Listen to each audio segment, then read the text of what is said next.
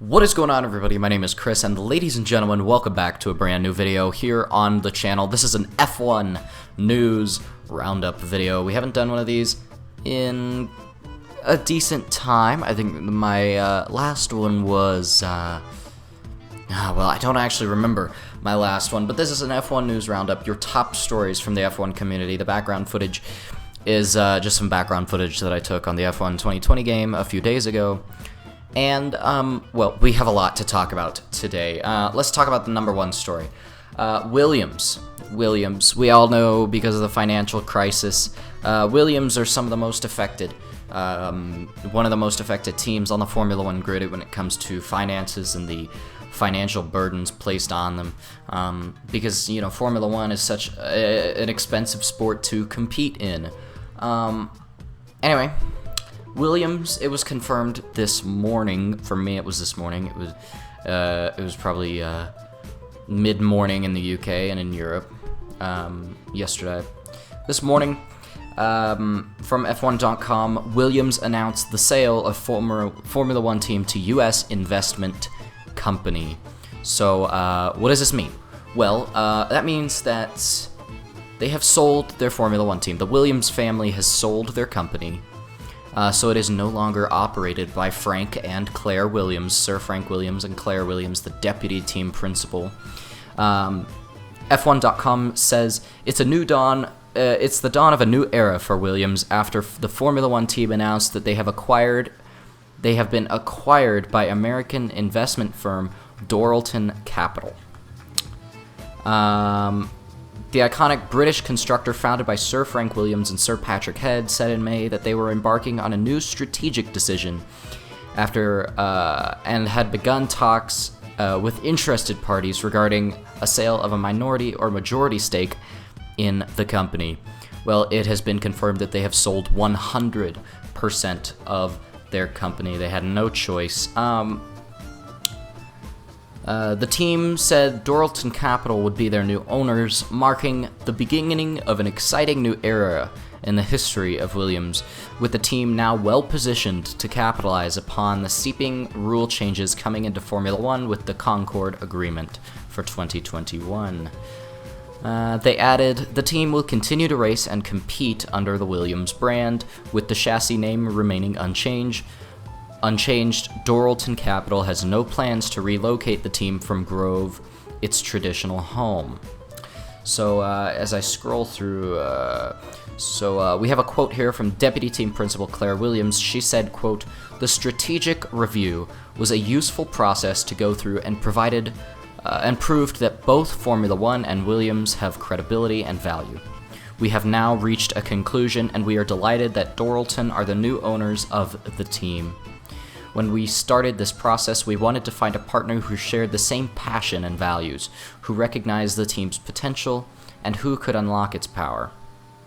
In Dorilton, we know we have found exactly that." So this may be the end of an era for Williams as a family-owned team, but we know that it's in good hands. The sale ensures the team's survival, but most importantly, will provide a path to success. So a very passionate goodbye from Claire Williams then. So what does this mean for the team in the future? Well, it's going to still be based in the Grove area of the United Kingdom, kind of in the racing belt. I like they call it north of London, Silverstone, Brackley, Milton Keynes, Grove, Woking, all of those places where all the Formula One teams are located over in the UK. They have no intention on moving. They have no intention on moving the Formula One team. The CEO of Dorilton Capital, chairman of Dorilton Capital, Matthew Savage, said, quote, "We are delighted to have invested in Williams, and we are extremely excited by the prospects for the business. We believe we are the ideal partner for the company due to our flexible and patient investment style, which will allow the team to focus on its objective of returning to the front of the grid. We look forward to working with the Williams team in carrying out a detailed review of the business to determine in which areas new investment should be directed. We also recognize the world-class facilities at Grove and confirm there are no plans to relocate." What does this mean for the drivers? Well, we obviously know that Williams had announced that they will be sticking with George Russell and Nicholas Latifi. I believe in Hungary is when they had made that announcement right before the British Grand Prix. So yeah, obviously Nick Latifi and George Russell, they're not going to lose their seats. They'll still be Williams drivers. As I spin out there, that was quite embarrassing. As for their junior program, so that involves people like Tatiana Calderon, Dan Ticktum, Jack Aitken. There's a Nisano guy in there. He did an FP1 session for them quite recently, I think, in Spain. Yeah, so they have a lot of junior drivers in their junior program. One of the most built-up junior programs behind Red Bull and Ferrari. I think that they have the third best junior program on the team, if not on the grid, if not the second best, just behind Ferrari. Ferrari obviously holds the top spot for that, but yeah. I mean, big news, but it's not anything too major to where we have to say, oh crap, like what is this gonna do to the sport? What is this gonna, are we gonna lose Williams? No, they will still be on the grid next year. They'll still race under the name Williams. It's just that the Williams family does not own it or does not have any control over it anymore. Obviously, we don't know the very particulars of the business and investment deal, but you would assume that, there's outlines and parameters in there saying, okay, you can't change this, you can't change that, but you can do this, that, and the other, detailed from the Williams family. So that is all for Williams. Let's move on to another team. It's also a Mercedes customer. It is Racing Point, soon to be Aston Martin. So obviously we know that they've been the talk of the town for ever since the season began, really.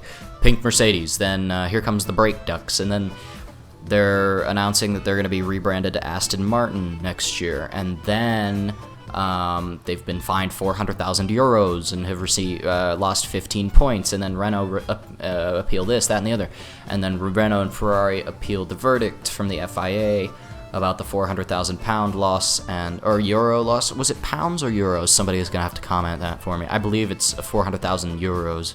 It might be 400,000 pounds. I apologize if I got the currency wrong. 400,000 something European currency. But more news from the team based in Silverstone about the drivers. It has been rumored and speculated that Sebastian Vettel will go to the team next year when it's rebranded as Aston Martin. Obviously, we know his Ferrari contract is ending this year. So is he? Well, excuse me. It's been rumored that, the team has reached out to Sebastian Vettel and they've offered him a contract. And Sebastian Vettel has decided to sign that contract, at least from German news sources. There's a lot of German news sources that say Sebastian Vettel has signed a contract with Aston Martin, and it will be announced in Spa. If you have any social media, if you have Facebook, Twitter, Instagram, anything, even if you just have YouTube, you might have heard about this rumor. It is all over the place, and I see why. To announce, such a big driver change as this, a team going through rebranding next year, a big name returning to Formula One, a big driver with a big owner of the team, with a lot of family controversy within the team, with just a lot of controversy in general, being dubbed as the Pink Mercedes and being fined, this, that, and the other. Well, I guess we're just gonna have to wait until next week and see if that rumor is true. And if it is, obviously there's so much debate over who Sebastian Vettel will replace. I think he's going to replace Sergio Perez. Obviously a lot of F1 experts, including myself, say, well, he should, if Lawrence Stroll is seriously serious about Formula One, that he should keep Sergio, because obviously we all know that Sergio's the better driver, and have Sebastian Vettel alongside him. But I honestly think he's going to stick with his son Lance, and I hate to say that because Sergio is such a good driver. and I just hope that he stays on the Formula 1 grid next year, maybe even with a better team. Let's see if he can get a better seat. Sergio Perez to Red Bull, that would be insane. I'd love to see him in a top team. That would be insane, because that man is world champion material, and it would be sad to see him leave the sport, just kind of like Nico Hülkenberg. Wrong place, wrong time. We don't want another Nico Hülkenberg scenario. Anyway, with Vettel to Aston Martin announcement rumor in Spa out of the way, with all that shit out of the way, let's move on to the third and final discussion of the video. All 10 teams are confirmed to have signed the Concorde agreement, the new Concorde agreement, which, if you don't know what the Concorde agreement is, it was basically, wow, that crash was embarrassing.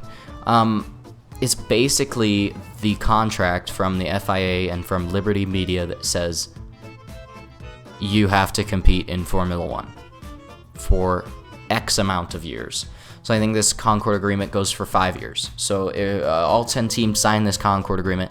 They have to stay in the sport for the next 5 years. Period, full stop. Now, teams, if they signed this Concorde agreement early, received a little financial bonus. They got a little bonus from Liberty Media if they signed it early. So we know McLaren got one, Racing Point got one, I believe Ferrari and Red Bull also got one as well.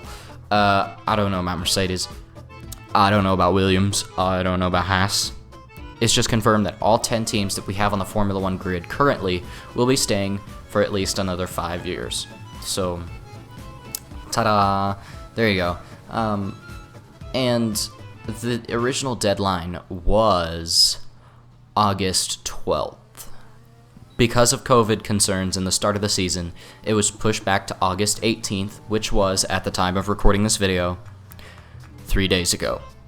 Tuesday, August 18th. If they had signed it by that point, they were given a little sum of money.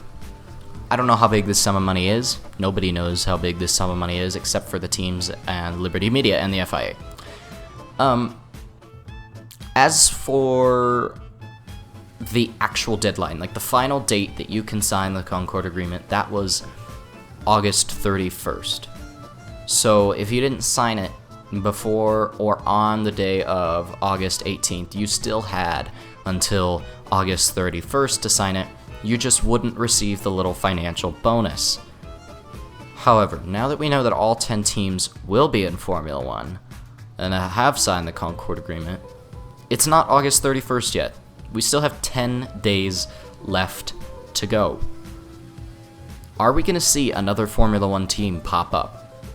Is another German giant like Porsche or Audi or BMW going to sign this agreement? Is an American team going to sign this agreement? Some big car manufacturer in the US, somebody like Ford or Chevrolet. Could Ford return to the sport? Obviously, there haven't been any rumors, and when there's no rumors, it means probably not going to happen, but it's good just to discuss these things anyway in case they do come true, because, you know, who doesn't like friendly speculation?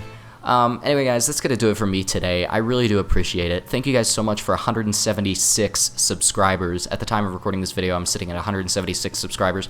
If you did enjoy this video, make sure to like and subscribe. And I will see you guys in the next video. Peace!